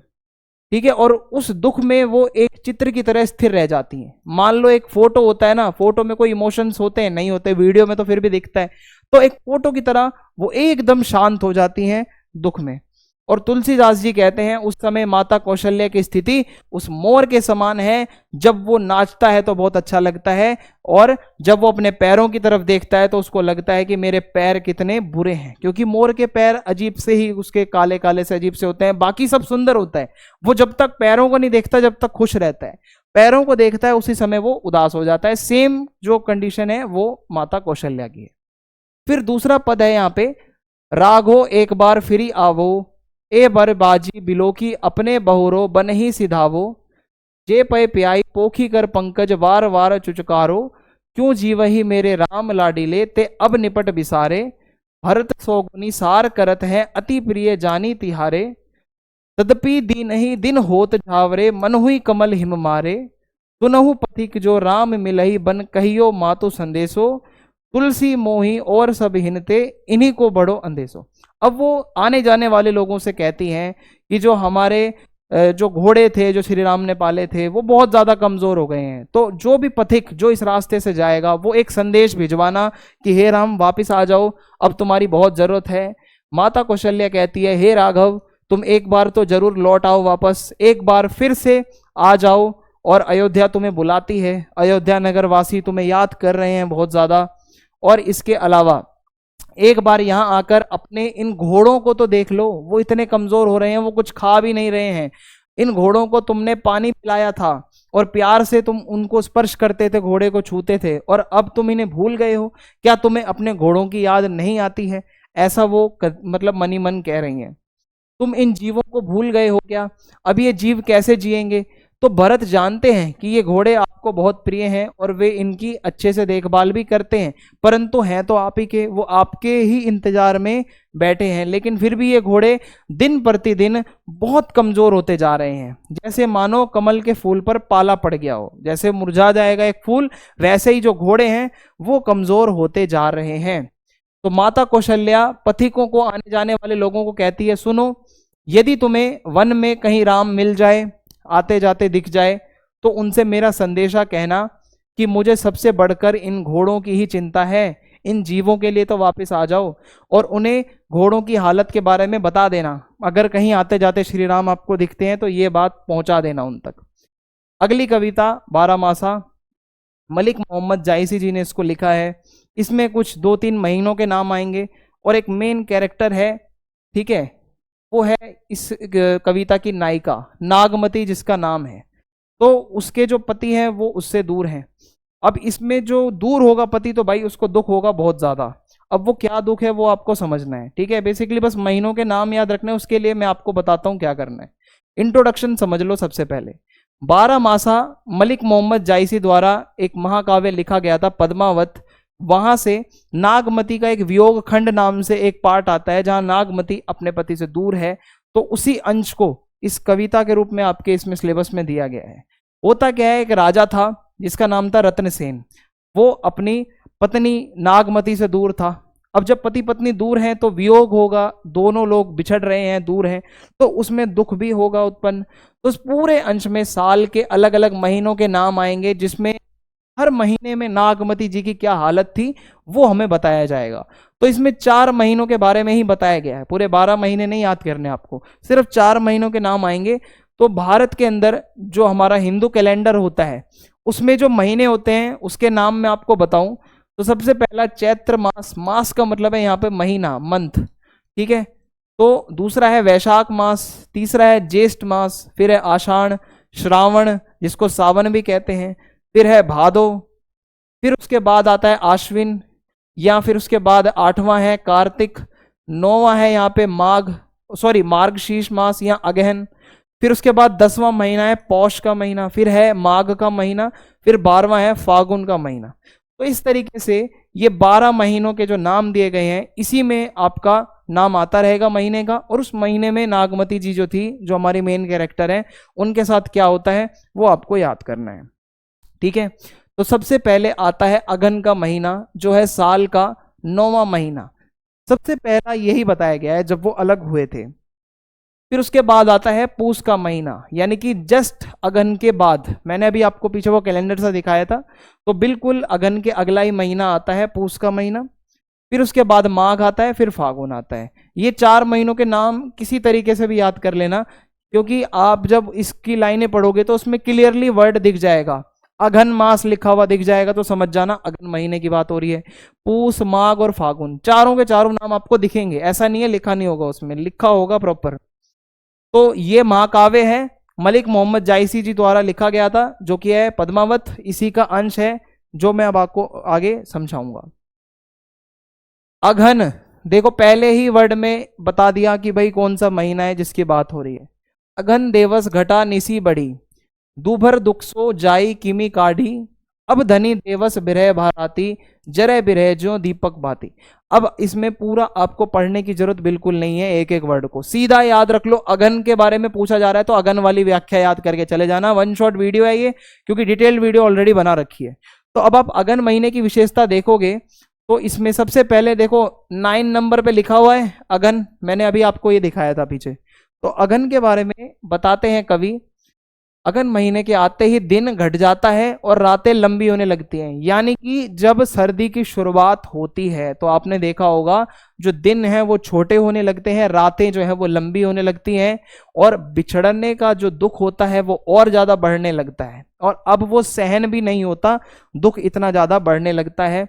अब पति के वियोग में, पति से अलग होकर दिन भी ऐसा लगता है रात की तरह कष्ट देने लगा है, और जो विरह की अग्नि है, जो दूर होने का दर्द है, वो नागमती को एक दिए की बाती की तरह जला रहा है। अंदर ही अंदर जो नागमती है वो दूर रहकर जल रही है। इस दर्द भरी सर्दी में नागमती का हृदय भी पति के वियोग में कांपने लगा है, यानी कि पति से दूर होकर उसका दिल कांप रहा है और वो किसी तरीके से भी अपने पति से मिलना चाहती है। यह सर्दी उन पर असर नहीं करती जो अपने प्रियतम के साथ हैं, यानी कि भाई जो कपल्स हैं अब उन पर सर्दी असर नहीं करेगी, ऐसा कवि कह रहा है, क्योंकि वो अपने प्रियतम के साथ बैठे हैं। लेकिन एक तो सर्दी, ऊपर से आपका प्रियतम भी आपके पास नहीं है, तो वो अलग ही दर्द होता है जो यहाँ पे बताया जा रहा है। व्याख्या में अगर हम जाएं तो पूरे घर में सर्दी से बचने के लिए कपड़े तैयार किए जा रहे थे। तो इसमें एक समय बताया जा रहा है, नागमती जी जहां पर रह रही थी तो पूरे घर में वो जो कपड़े हैं वो तैयार किए जा रहे हैं। लेकिन नागमती कहती है मेरा रूप सौंदर्य तो मेरे प्रिय अपने साथ ले गए। वो कहती है ये जो कपड़े तैयार हो रहे हैं सर्दी के, इसका मैं क्या करूं, मेरा रूप मेरा सौंदर्य जो मेरा श्रृंगार है वो मेरे पति से है, अब वो ही नहीं है मेरे पास, तो उसको कोई इंटरेस्ट नहीं आ रहा जो घर में कपड़े बनाए जा रहे हैं। वो कहती है एक बार जब से वो गए हैं उसके बाद से वो पलटकर वापस नहीं आए। अगर मेरी किस्मत अच्छी हुई या सौभाग्य से वे वापस आते हैं तो मेरा रंग रूप मुझे वापस मिल जाएगा, अदरवाइज मेरा कोई मतलब नहीं है ये नए नए कपड़ों में मैं इंटरेस्ट दिखाऊं, क्योंकि मेरा जो भी रंग रूप श्रृंगार है वो सब वो लेके जा चुके हैं। किस्मत अच्छी हुई तो वो वापस आ जाएंगे। जगह जगह सर्दी से बचने के लिए आग लगे जा रही है, यानी कि जो आपने देखा होगा जब सर्दियां ज्यादा होती हैं हर कोई अपने हाथ वगैरह सेकता है, आग जलाता है, लेकिन उसके मन और उसके तन को तो विरह की अग्नि ने ही जला रखा है। वो कहती है इस बाहर की अग्नि का क्या करूं जब अपने पति से दूर रहकर मेरे अंदर की अग्नि ही इतनी ज्यादा जल रही है, और यह अग्नि उसके तन मन को राख बना रही है। जितना उसका पति उससे दूर रहेगा उतनी उसके अंदर विरह की अग्नि जलेगी। शायद मेरा यह दुख मेरा प्रियतम नहीं जानता, शायद तभी तो इस अग्नि में मेरा रंग रूप और यौवन सब भस्म हो रहा है, क्योंकि उसकी एज इतनी ज्यादा नहीं है, अभी थोड़ा ही टाइम हुआ है उनकी शादी को, पति उसका चला जा चुका है, अब वो वापस नहीं आएगा तो दुख के कारण वो अंदर ही अंदर जलती रहेगी। ठीक है, फिर उसके बाद दूसरी लाइनें हैं पूस। मैंने आपको बताया था, फिर आपको महीने का नाम दिख जाएगा लिखा हुआ। अब आपको सीधी सी एक ही ट्रिक है, अगन वाला था तो अगन की व्याख्या याद कर लेना, पूस वाला है तो आपको पूरा का पूरा याद करने की जरूरत ही नहीं है, सिर्फ पूस एक ही पद में लिखा होगा और किसी में नहीं लिखा होगा। तो पूस की व्याख्या अगर मैं आपको बताऊं तो जब इसके अगला महीना आता है अगन का, तो पूस के महीनों में सर्दी और ज्यादा बढ़ने लग जाती है और सूरज जब जो है दूर होने लगता है। इससे पिछले महीने तक थोड़ा बहुत तो सूरज निकल रहा था, अब सूरज दूर जाएगा तो सर्दी और ज्यादा बढ़ने लगेगी, सहन नहीं होगी, तापमान कम होगा, टेम्परेचर गिरेगा, ठंड बढ़ेगी, तो ऐसे में शरीर जो है वो कांपने भी लगेगा। और ऐसी भयंकर सर्दी में जो नागमती जी हैं उनका जो विरह है, जो दूर होने की जो अग्नि है वो और ज्यादा बढ़ने लगेगी अब यहाँ पे। और इस सर्दी से अब उसे ऐसा लगने लगेगा कि उसके प्राण निकल सकते हैं, इतनी सर्दी हो जाएगी कि भाई प्राण तक भी निकल सकते हैं। फिर उसके बाद आगे है, हे प्रिय तुम कहाँ हो, मुझे आकर एक बार अपने हृदय से लगा लो, अर्थात अपने आलिंगन में ले लो, मुझे आपको हक करना है, मुझे आपके गले लगना है, वो कहती है। और ये सर्दी तभी कम हो पाएगी जब मुझे आप तक पहुंचने का मार्ग ही नहीं पता, मैं इतनी परेशान हो रही हूं, ये मार्ग इतना लंबा है, मुझे कुछ समझ ही नहीं आ रहा कि आखिर हम मिलेंगे कैसे, ये मिलन हमारा आखिर कब हो पाएगा। जब मैं लेटकर रजाई ओढ़ती हूँ तो वो भी बहुत ठंडी लगती है और कष्ट देती है, ऐसा लगता है मानो पूरा बिस्तर ही बर्फ में डूबकर हिमालय की तरह ठंडा हो गया हो, यानी कि वो रजाई ओढ़कर भी उसको ठंड लग रही है। तो सोचो इस सर्दी से बचने का एकमात्र उपाय यही है कि आप मुझसे आके मिलो, तभी ये सर्दी का असर कम होगा। फिर एक यहाँ पक्षी है चकवा और चकई, इनको भी एक श्राप मिला हुआ है कि ये रात रात में अलग रहेंगे, सुबह होते ही मिल जाते हैं। एटलीस्ट वो सुबह मिलते तो हैं, इनको पता नहीं कौन सा श्राप मिल गया है ऐसा कि ये मिल ही नहीं पा रही हैं। वो कहती हैं पक्षी भी रात में अलग होते हैं, सुबह तो मिल जाते हैं ना, उनका श्राप रात रात का है। हमारा ऐसा कौन सा श्राप है जो हम दिन में भी नहीं मिल रहे ना रात में मिल रहे हैं। तो रात होते ही मेरी सखियां भी अपने अपने घर को चली जाती हैं। अब दिन में तो चलो कोई सपोर्ट दे देगा, थोड़ा सा मतलब बता देगा, इमोशनल सपोर्ट मिल जाएगी, बट रात होते ही हर कोई अपने घर चला जाएगा, फिर आपको रात अकेले काटनी है। तो रानी नागमती अकेली हो जाती हैं, और इस अकेलेपन में, इस भयंकर सर्दी के समय अब और ज्यादा हाल खराब हो रहा है। और हाल कैसा हो गया है, जैसा एक कबूतरी का अपने प्रिय से अलग होने पर होता है, इस अकेलेपन में जीना उसके लिए बहुत कठिन होता है। देखो कबूतर और कबूतरी ये भी जो होता है ना बहुत लॉयल होते हैं। ऐसा सुना है कि कबूतर और कबूतरी के जो कपल होते हैं वो इतनी जल्दी अलग नहीं होते, वो बहुत ज्यादा साथ रहते हैं। तो ऐसा लगता है कि जैसे कबूतरी भी अपने प्रिय से दूर हो जाती है तो बहुत ज्यादा अकेला महसूस करती है, तो वो इससे कंपेयर कर रही है खुद को। ऐसी ऋतु में विरह रूपी बाज मुझ अकेली कबूतरी का शिकार कर रहा है। अब यहाँ पे वो कहती है विरह, यानी कि ये जो बिछड़न है, ये ऐसा लग रहा है कि मानो मैं कबूतरी हूं और ये जो बिछड़न है ये एक बाज है जो मुझे खा जाएगी जिंदा, और मैं अब नहीं बचूंगी। मुझे ना जीने दे रहा है ना मरने दे रहा है, क्योंकि इंतजार में पिया से मिलने की आस भी है और इंतजार में मर भी रही है। तो इसमें होगा क्या, जीते जी मरना इसी को कहते हैं। इस अग्नि में जलते जलते नागमती का हाल बुरा हो चुका है। अब वो ये आग और ज्यादा बढ़ेगी जब अगले महीने आएंगे। तो इस जुदाई की आग में जलते जलते मेरे शरीर का सारा रक्त आंसू बनकर बह गया, यानी कि रक्त पानी सब कुछ निकल जा चुका है और मांस मेरा गल चुका है। हड्डियां शंख की तरह खोखली होती जा रही हैं। मेरा हाल उस मादा सारस की तरह हो चुका है जो रो रो कर मर जाती है और केवल पंख ही बच जाते हैं। यानी कि मैं रो रो कर एक दिन खत्म हो जाऊंगी, लेकिन मेरे प्रियतम मुझे वापिस नहीं मिलेंगे। फिर उसके बाद तीसरा पद है, लागेऊ महापरे अब पाला, बिरह काल भेऊ जड़ काला, पहल पहल तन रुई जो झांपे, हैली हैली अधिको हिय कांपे, आई सुर होई तपूरे नाहा, तेही बिनु झाड़ न छूटे माहा, एही मास उपजे रसमूल, तसा भवरे मोर जोबन फूल, नैन चुबही जस माहुट नीरू, तेही जल अंग लाग सर चीरू, टटही बंद परही जस ओला, बिरह पवन होई मारे झोला, केहिक सिंगार को पाहिए पटोरा, गीहे नहीं हार रही होई डोरा, तुम बिनु कंता धनी हरुई, तन तिनु वर भाढोला, तेही पर बिरह जराई के, चहे उड़ावा झोल। अब इसके आगे वाला महीना आ चुका है, इसमें क्या है, माघ का महीना लग चुका है अब यहाँ पे, ठीक है। माघ महीने में पाला पड़ेगा, पाला पड़ेगा, फिर टेम्परेचर डाउन होगा और ज्यादा ठंड बढ़ेगी, सुबह सुबह ओस भी पड़ने लगेगी, ठंड और ज्यादा बढ़ेगी। तो पति से अलग होने के बाद नागमती को यह कड़ाकेदार सर्दी मौत के समान लग रही है। उसे ऐसा लग रहा है मेरी मौत हो जाएगी भाई, अब तो बिल्कुल एंड गेम चल रहा है, और उसका हृदय कांप रहा है अब यहाँ पे कि भाई अब पति चाहिए बस। तो इस भयंकर सर्दी से बचने का एकमात्र उपाय है मेरे प्रिय से मेरा मिलन। और आप एक चीज कॉमन नोटिस करो, बार बार एक ही चीज आएगी, प्रिय से मिलन, और महीने का नाम याद कर लो। सिंपल सी कविता है, इसमें कुछ एक्स्ट्रा करने की जरूरत ही नहीं है आपको।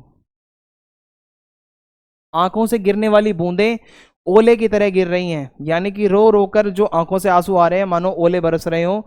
इस भीषण सर्दी में जो उनकी आंखों से आंसू गिर रहे हैं, उनकी बूंदें वो ओले के समान लग रही हैं, और जब हवा चलती है तो यह विरह की अग्नि और ज्यादा बढ़ने लगती है। और इसके अलावा पति से बिछड़ने के बाद नागमती ना तो श्रृंगार करती है, ना सजती धजती है, ना किसी प्रकार का कोई आभूषण एसेसरी वगैरह पहनती है। तो प्रिय के बिना नागमती का शरीर जुदाई के दुख से कमजोर हो रहा है। इस जुदाई में वो कमजोर होती जा रही है, दुर्बल, कमजोर, पतली, तिनके के समान हो चुकी है, और उस शरीर को जलाकर राख कर दिया है इस जुदाई ने। तो वो यही बताना चाहती है भाई किसी तरीके से भी उसका प्रिय वापस आ जाए। चौथा पद है, फागुन पवन झनकोरे। फागुन का महीना आ गया है, लास्ट महीना है, एक वर्ड से याद रख लोगे आप पूरे के पूरे काव्यांश को।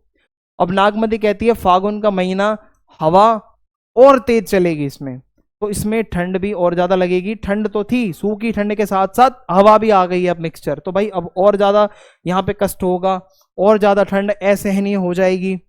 तो इसके बाद है यहाँ पे नागमती कहती है उसका शरीर विरह वेदना के कारण पीले पत्ते की तरह पीला पड़ चुका है, यानी कि इस बिछड़न में एक पीले पत्ते की तरह, जो एक पत्ता जो हरा होता है एक टाइम पे पीला होता है और उसके बाद मुरझा के गिर जाता है, वैसे ही मेरा शरीर भी अब प्राण छोड़ने वाला है। नागमती कहती है कि पतझड़ के बाद पेड़ों में नई नई कोपलें आती है, नए नए पत्ते आते हैं, ठीक है, फल आते हैं, सभी पेड़ आनंद में झूमते पड़ते हैं। लेकिन उसके मन को ये सब पसंद नहीं आ रहा, क्योंकि ये नई चीजें एक खुशी का प्रतीक है, लेकिन उसके लाइफ में खुशी है ही नहीं। उसकी लाइफ में दुख और उदासी है। इन खुशी वाली चीजों को देखकर दुख और ज्यादा बढ़ जाता है। गांव में सभी स्त्रियां मिलजुल कर नाचती गाती हैं, होली का उत्सव मनाती हैं, और नागमती को लगता है कि होली की आग तो उसके दिल को जला देगी, तन मन को जला देगी। तो अभी भी इस अंतिम समय में वो कहते हैं मेरे प्रिय वापस आ जाएं, तो मेरा मरना, जो ये मरनासन अवस्था है, बिल्कुल लास्ट पे हूं भाई अब मैं। वो आ गए तो मैं बच जाऊंगी, नहीं आए तो अब मैं और सरवाइव नहीं कर सकती। उनके दर्शन करके ही अब मैं बच पाऊंगी। तो रात दिन में अपने मन में यही सोचती हूँ कि मेरा यह शरीर किसी भी प्रकार मेरे प्रिय के काम आ जाए, ठीक है। यानी कि वो कहती है कि अगर मान लो इस विरह की अग्नि में मैं जलकर राख हो जाऊं, तो हे हवा तुम मुझे उड़ाकर मेरे पति के कदमों के मार्ग में बिछा देना, जहां पे वो मेरे ऊपर चल के गुजरेंगे तो मुझे उनसे मिलन हो पाएगा। तो लास्ट लाइन वो यही कहती है, भाई अब मैं बिल्कुल मरने की अवस्था में हूं, ठीक है। अब हमारा जो अगला पद है वो है विद्यापति जी का पद। तो दोस्तों अब जो आपका विद्यापति का पद है वो कुछ इस तरीके से रहेगा कि इसका इंट्रोडक्शन ये कहता है कि इसमें विद्यापति द्वारा रचित 3 पद लिए गए हैं, ठीक है, जो आपके सिलेबस में है। देखिए जो पहला पद होगा उसमें कवि ने जो इस कविता का नायक है पद का, यानी कि जो मेल कैरेक्टर है, उसके वियोग में संतृप्त नायिका यानी कि जो फीमेल कैरेक्टर है वो बहुत ज़्यादा परेशान है। इनका भी जो प्रेमी है वो जा चुका है। दूसरे पद में कवि ने एक ऐसी नायिका का वर्णन किया है जो जन्म जन्मांतर से अपने प्रियतम के रूप का पान करके भी स्वयं को अतृप्त ही अनुभव करती है। यानी कि दूसरे पद में एक ऐसी फीमेल कैरेक्टर है जो जितना भी देख ले उनकी आंखें नहीं भरती। तीसरा पद ये कहता है कवि ने नायक के वियोग में यानी कि मेल कैरेक्टर से दूर होकर जो संतृप्त एक ऐसी विरहिणी यानी कि जो फीमेल कैरेक्टर वो इतनी तंग आ चुकी है जिससे नायक के वियोग में प्रकृति के आनंददायक दृश्य भी कष्टदायक प्रतीत होते हैं। जो हमें आसपास का नेचर अच्छा लगने लगता है ना, जो आनंद देता है, उनको वो भी बेकार लगने लगता है अपने प्रियतम से दूर रहकर। तो सबसे पहला पद है के पतिया से लेकर कार्तिक मास। तो इसमें कविता है पद और कवि है विद्यापति। तो ये पंक्तियां हमारी पाठ्यपुस्तक ये वाली लाइन आप लिख दोगे। प्रथम पद में क्या है, जो नायक से वियोग में जो परेशान नायिका है उसका वर्णन किया गया है। तो होता क्या है इस व्याख्या में, देखिए इस पद में नायिका जो है वो राधा है और नायक जो है वो श्री कृष्ण है। और कवि बताना चाहते हैं कि वर्षा ऋतु आ गई है, वर्षा का मौसम आ गया है बारिश का। नायिका को अपने नायक की याद सताने लगी है और वो अपने नायक को अपना एक संदेशा भेजना चाहती हैं। और नायिका अपनी सखी से भी पूछती हैं कि मेरा पत्र लेकर मेरे नायक के पास कौन पहुंचा दे, कौन वो मैसेज पहुंचा सकता है। क्या ऐसा कोई नहीं है जो मेरे इस पत्र को मेरे प्रियतम श्री कृष्ण के पास सावन के महीने में विरह वेदना का असहनीय दुख मेरा यह शरीर अब नहीं झेल पा रहा है, क्या इस सावन के महीने में कोई ऐसा नहीं है जो मेरा मैसेज पहुंचा सके, क्योंकि मैं बहुत ज़्यादा परेशान हूँ, अब ये दुख सहन नहीं होता और इस बड़े भवन में मैं अपने प्रियतम के बिना नहीं रह पा रही हूँ, मेरे लिए पॉसिबल नहीं है यहाँ पे रह पाना। फिर उसके बाद है, हे सखी मेरे इस कठोर दुख को संसार में ऐसा कौन मनुष्य है जो समझ पाएगा। अर्थात मेरा ये जो दुख है वो सहन नहीं होता, इस दुनिया में कोई समझता भी नहीं है। और मेरा मन तो श्री कृष्ण अपने साथ ही लेकर चले गए हैं, यानी कि जो मेरा मन है वो तो श्री कृष्ण हर गए, तो गोकुल छोड़ अब वे मथुरा जा बसे हैं और एक बार जाने के बाद वो लौट कर ही नहीं आ रहे हैं वापस। इससे उनकी बदनामी भी होने लगी है कि भाई वो धोखा दे के चले गए। अब कवि विद्यापति कहते हैं कि राधा तुम अपने मन में जो है धीरज रखो और आशा रखो, उम्मीद रखो और विश्वास रखो, तुम्हारे प्रियतम श्री कृष्ण कार्तिक के महीने तक आ जाएंगे, ठीक है। फिर उसके बाद जो अगला पद है वो है सखी हे से लेकर मिलल एक। तो दूसरा पद मैंने आपको बता दिया है इंट्रोडक्शन में ही कि जन्म जन्मांतर से प्रियतम का रूप देख कर भी जो है वो तृप्ति नहीं मिल रही है। तो सखियां राधा से उसके अनुभवों के बारे में पूछने लगती हैं कि आपका अनुभव कैसा रहा श्री कृष्ण के साथ। तो राधा कहती हैं, सखी मुझसे उन सुंदर पलों का अनुभव क्या पूछती हो, मैं तो जितनी बार उन पलों के बारे में बताऊंगी उतनी बार वो पल जो है वो नए होते जाएंगे, ठीक है। यानी कि प्रेम को सिर्फ महसूस किया जा सकता है, अनुभव आप करते हो, लेकिन उसका वर्णन करना मुश्किल होता है जो चीज़ें आपने एक्सपीरियंस करी हैं। तो मैंने अपने पूरे जीवन में अपने प्रिय श्री कृष्ण का रूप निहारा है, उन्हें जीवन भर मैं निहारती रहती हूँ, लेकिन मेरी आंखों की प्यास कभी नहीं बुझ सकती। जो सच्चा प्यार होता है उसमें व्यक्ति कभी भी उसका मन नहीं भरता। तो श्री कृष्ण की मीठी मीठी मधुर वाणी को सुनने के लिए मेरे कान हमेशा एक्साइटेड, उत्सुक रहते हैं। श्री कृष्ण के मुख से जो मधुर बोल निकलते हैं वो मैं अपने कानों से सुनती हूँ, पर मेरे कानों को भी सेटिस्फैक्शन, वो तृप्ति नहीं मिलती। ना जाने कितनी मिलन की रातें मैंने श्री कृष्ण के साथ आनंद में व्यतीत करी हैं, लेकिन आज तक समझ नहीं पाती ये सब कैसे हुआ और मन कभी नहीं भरा। लाखों युगों तक मैंने प्रिय को हृदय में बसा कर रखा है, परंतु फिर भी हृदय में प्रेम की अनुभूति की आग नहीं बुझती। जो वो प्यार है वो बढ़ता ही जाता है, कम नहीं होता। तो प्रेम रस को पीने वाले कितने सारे व्यक्ति हैं जिन्होंने इसका अनुभव किया है, जिसने प्यार किया है, परंतु सच्चा और पूरा अनुभव तो किसी को ही नहीं होता। हर बारी ये नया होता जाता है प्यार।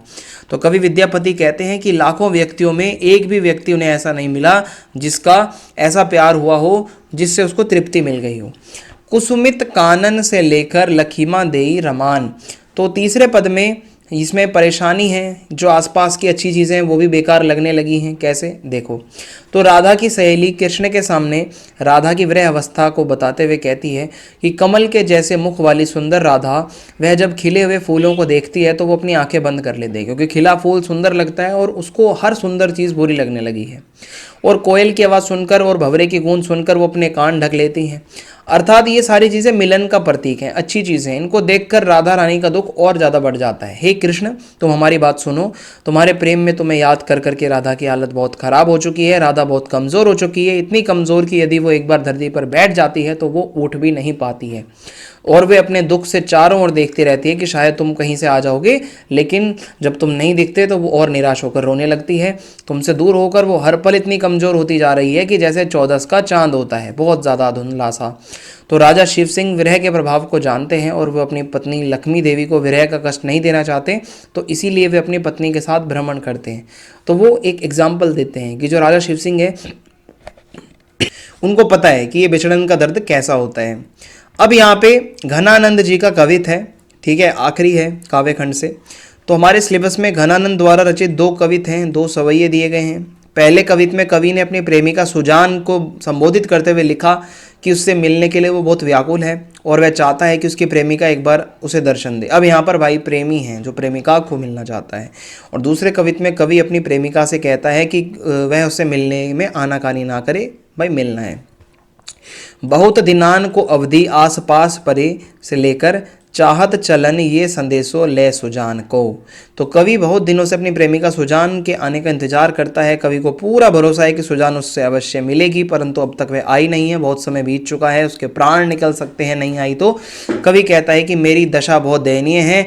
मेरा संदेश मेरी सुंदर प्रेमिका तक पहुंचा दिया जाता है, वह उन संदेशों को सम्मानपूर्वक अपने पास रख लेती है, परंतु उसका जवाब नहीं देती और ना ही ये बताती है कब वापस आएगी। भाई ये तो वही बात हो गई कि मैं मैसेज तो करता हूँ पर सीन करके छोड़ देती हैं, ठीक है, यही तो बात हो गई मॉडर्न में। फिर उसके बाद है कवि घनानंद से उनकी प्रेमिका ने कहा था कि वह उनसे मिलने आएगी पर वह नहीं आई, तो उनकी झूठी बातों पर विश्वास करके अब घनानंद को बहुत दुख होता है। भाई अब तो दुखी दिल है और अब तो मतलब बादल, मतलब एक वो खुशी नहीं मिलती, बादल भी नहीं गिरते अब तो आसपास आसमान में। तो कवि को इस प्रेम की बीमारी का कोई इलाज नहीं दिखता, इसलिए उसे लगता है कि अब तो उसके प्राण निकलने वाले हैं। कवि चाहता है कि ये संदेश पहुंचा दो भाई किसी तरीके से। फिर है आना कानी आरसी निहारी बो करे गो कोलो से लेकर कबहू तो मरिए बुकार कान खोली है। तो कवि कहते हैं कि तुम कब तक मिलने में आनाकानी करोगे भाई, और तुम कब तक आरसी में निहारोगी, यानी कि अब तो आ जाओ, कवि को आप इग्नोर क्यों कर रहे हो। कवि कहता है कि तुम्हारे इस बर्ताव से मेरी हालत ख़राब हो रही है, तुम एक नज़र भी नहीं डाल रही हो। कवि शांत होकर ये देखना चाह रहे हैं कि कब तक सुजान उस बात का आंसर नहीं देगी जो फीमेल कैरेक्टर है।